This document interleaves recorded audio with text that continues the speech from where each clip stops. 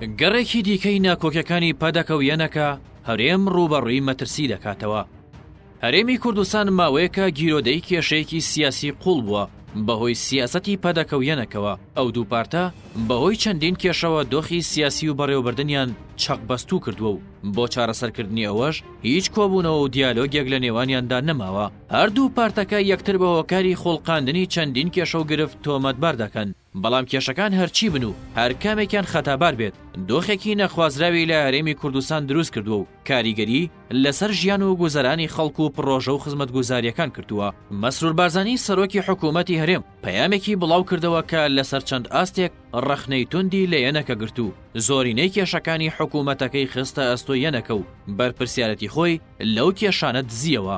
لە کاتێکدا بەشێک لەو کێشانەی ئەو ئاماژەی پێکردووە لە هەولێر و دهۆکیش بە زیادەوە هەمان گرفت هەیە. سەرۆکی حکوومەتی هەرێم بە بڵاوکردنەوەی ئەو پەیامە ئەوەندەی دیکە کێشەکانی قوڵتر کردەوە و لەسەر ئاستی جیاواز ڕەخنەی تند لەو پەیامە گیرە کە لەم کاتەدا هەوڵەکان بۆ کۆبوونەوەی هەردوو پار چڕ بوونەتەوە. بەڵام مەسرور بارزانی بەو پەیامە شکستی بەو هەوڵانە هێنا. لە بەرامبەردا تیمی یەنەکە لە حکوومەت وەڵامی ئەو قسانەی مەسرور بارزانی دایە و دەڵێت ئەم کابینەیە خراپترین کابینەی حکوومەت بووە لە مێژووی حکومڕانی هەرێمدا بەهۆی سیاسەتی تاگڕەوی و جیاوازیکردن لە نێوان شار و ناوچەکانی هەرێمی کوردستاندا. بەهۆی ناکۆکی یەنەکە و پەدەکە زیاتر لە 2 مانگە قوبات تاڵەبانی و تیمەکەی بایکۆتی کۆبوونەوەکانی ئەنجومەنی وەزیرانیان کردووە. هاوکات پەرلەمانی کوردستانیش کە ڕێواز فایق ئەندامی سەرکردایەتی یەکێتیە کۆبوونەوەکانی ڕاگرتووە. یەنەکە و پەدەکە بەجیا شان دەنێرن بۆ بەغدا و کۆبوونەوەیان لەگەڵ ئەنجام دەدەن. ئەمەش وەک جۆرێک لە لێکترازان لەلایەن هێزە نەیارەکانی بەغداوە مامەڵەی لەگەڵ دەکرێت. تەنانەت ئەم ناکۆکیانە بوونەتە هۆی ئەوەی لە دژی یەکتر بەکاریان بهێنن.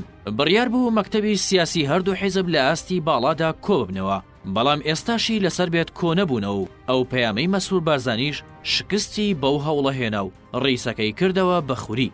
گرنگترین کێشە لە نێوان هەردوو حیزبدا کێشەی ئاسایش و ئەمنیە، ڕوونتر کێشەی هاوکارجاف ململانەی هەردوو حیزبی گەیاندا قۆناغێکی هەستیار و خەریک بوو بگاتە شەڕی ناوخۆ. بڕیارە کۆنسڵگەری وڵاتان لە ئاستی باڵادا چاویان بە سەرۆکی هەردوو حیزب بکەوێت بۆ یەکلاکردنەوەی کێشەکانی نێوانیان. تەنانەت هاوپەیمانان هۆشداری و مۆڵەتیان داوە بە هەردوودا بۆ چارەسەرکردنی کێشەکانی نێوانیان، ئەگەرنا چیتر وەک جاران پشتیوانیان ناکەن لە دژی نەیارەکان. هەموو ئەو کێشانە پێکەوە بوونە هۆی لێکترازانی نێوان یەنەکە و پەدەکە و بوونەتە هۆکارێک یەنەکە وەک کارتی فشار هەڕەشەی دوو ئیدارەی و تەنانەت گەڕانەوە بۆ سەر بەغداش بەکارهێنراوە.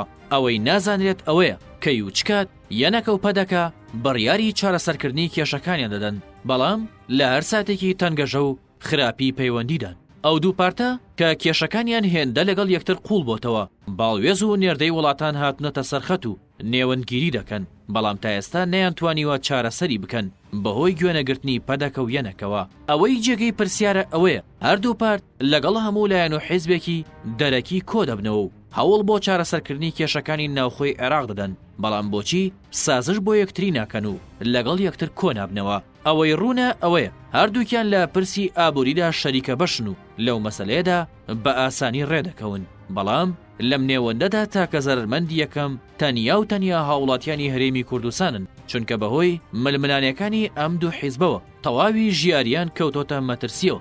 دۆخی هەرێم بەهۆی ناکۆکی هەردوو حیزبەوە جارێکی تر بەناو ناسەقامگیری چووە و لە مەترسیدایە. تورکیا و ئێران بەردەوامن لە هێرشە بەردەوامەکانیان و پیلانیان هەیە لە دژی هەرێم، بەڵام هەردوو حیزب لە پێناو بەرژەوەندی تەسکی حیزبایەتیدا ڕەنگە ئامادە بن داهاتووی هەرێمەکەش بکەنە قوربانی.